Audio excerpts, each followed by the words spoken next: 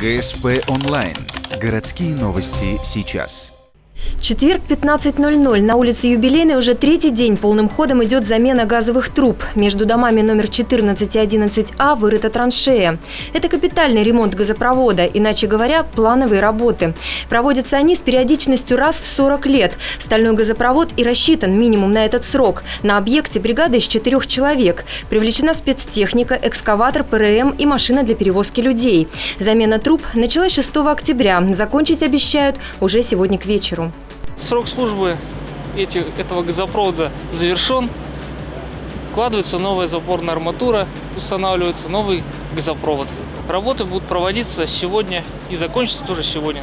Чтобы не создавать опасных прецедентов, по бокам траншеи поставлены мостики для прохода пешеходов. Территория вокруг огорожена, выставлены предупреждающие знаки.